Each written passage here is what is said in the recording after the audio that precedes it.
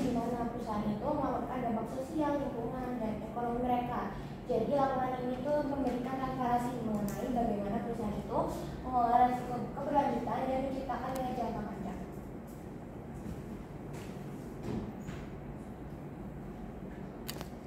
Nah, dari CSR sendiri itu melibatkan pelaporan nasional juga yang seringkali mencakup yang pertama itu dampak lingkungan yang dimana seperti penggunaan sumber daya alam, emisi karbon, dan pengelolaan limbah. Dan yang kedua itu dampak sosial seperti hak asasi manusia, kesejahteraan pekerja, tanggung jawab terhadap komunitas. Dan yang terakhir itu dari dampak ekonomi sendiri termasuk transparansi tata kelola, etika bisnis, serta keberlanjutan operasional. Oke, tujuan dari CSR ini, CSR memiliki beberapa tujuan yang penting, antara lain meningkatkan transparansi dalam menjalankan operasinya, dan yang kedua itu menciptakan nilai jangka panjang bagi pemegang saham dan pemangku kepentingan lainnya.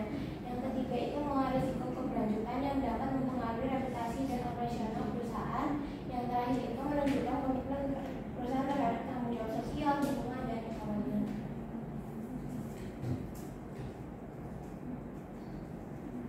Oke, kita bahas mulai dari komponen utama dalam CSR. Yang pertama itu dari lingkungan sendiri, yang dimana itu berfokus pada bagaimana perusahaan itu dapat mengelola dampak terhadap lingkungan itu sendiri. Nah, yang kedua itu dari dampak sosialnya, aspek ini terkait dengan bagaimana perusahaan berinteraksi dan berkontribusi kepada masyarakat. Dan yang terakhir itu ada dari komponen utama ekonomi ya, meliputi bagaimana kegiatan bisnis berkontribusi pada pembangunan ekonomi yang berkelanjutan.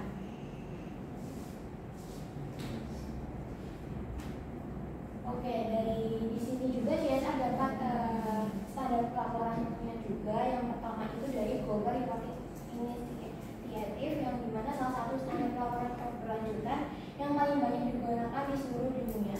Dan yang kedua itu ada Sustainability Accounting Standard Board, yang dimana menyediakan standar pelaporan yang fokus pada dampak keberlanjutan terhadap kinerja keuangan perusahaan. Dan yang ketiga itu ada ISO 26000, yang dimana standar internasional yang memberikan panduan tentang tanggung jawab sosial.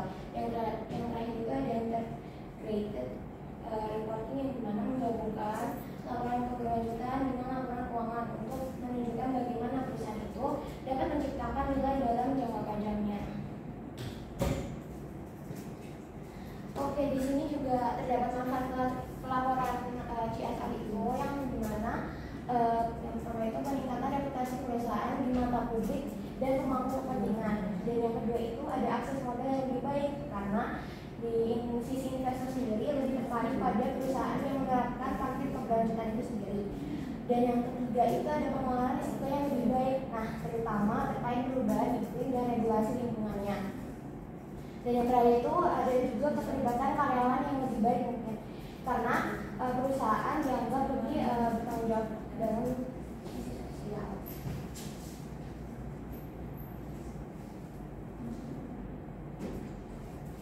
Oke, di sini juga pasti ada terdapat tantangan ya dalam pelaporan CSR itu sendiri. Gimana tantangan itu dapat terjadi?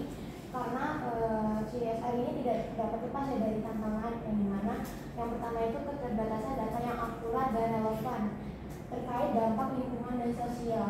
Dan yang kedua ini yang biasanya berpengaruh juga, yang dimana biaya tinggi untuk menyusun dan menerbitkan laporan yang berkelanjutan itu sendiri. Dan yang ketiga itu pastinya terdapat kesulitan ya dalam pengukuran kinerja keberlanjutan yang biasanya itu seringkali bersifat kualitatif.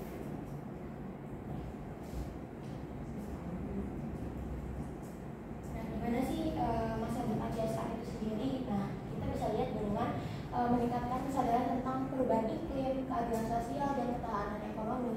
Nah, CSR ini diharapkan akan semakin menjadi bagian integral yang dari strategi bisnis global, yang dimana perusahaan yang tidak beradaptasi dengan tren keberlanjutan berisiko tertinggal dalam kompetisi global itu sendiri.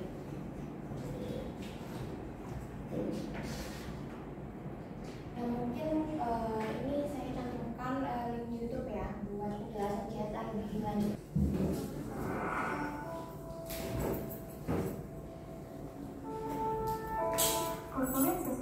Responsibility atau CSR adalah praktik yang dilakukan oleh perusahaan dalam rangka melaksanakan model bisnis secara bertanggung jawab. Suatu perusahaan diharapkan tidak hanya berorientasi terhadap profit atau keuntungan saja, akan tetapi juga tentang bagaimana caranya agar perusahaan menyadari bahwa kegiatan yang dilakukan juga berdampak pada semua aspek di sekitarnya. Aspek yang dimaksud bisa sangat luas, mulai dari sosial, lingkungan, ekonomi, konsumen, pegawai perusahaan, dan stakeholder lain yang memiliki kepentingan. Kenapa harus begitu ya?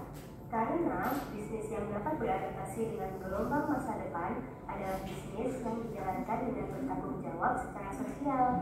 Selain itu, juga terhadap kelestarian lingkungan hidup demi kepentingan generasi di masa yang akan datang. CSR juga bermanfaat bagi keberlanjutan perusahaan, mulai dari membangun brand awareness, sarana pemasaran yang kuat, meningkatkan reputasi, hingga menjalin ikatan dan kepuasan karyawan.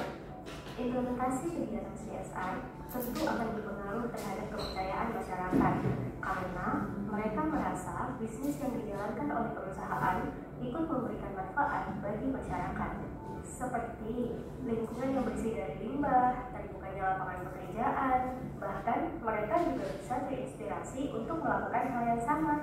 Contohnya ada dari kegiatan CSR PT Kalbe Farma dengan CSR-nya yaitu pemberdayaan bagi para petani jahe merah lokal di wilayah Jawa, Kalimantan, dan Sumatera.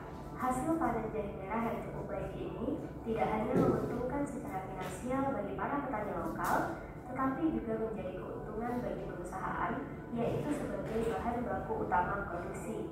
Dengan demikian, PT Kalbe Farma turut memperhatikan pencapaian program CSR, yaitu menciptakan nilai bersama antara aspek bisnis dan masyarakat, atau dengan kata lain, PT Kalbe Farma menerapkan hal yang biasa disebut dengan creating shared value. Melalui CSR, perusahaan tidak hanya mendapatkan keuntungan finansial, namun juga memberikan manfaat pada lingkungan sekitar. Selain itu, juga memperoleh reputasi yang baik di saat yang bersamaan, sehingga bisa berdampak pada sustainability dan bisnis yang dijalankan.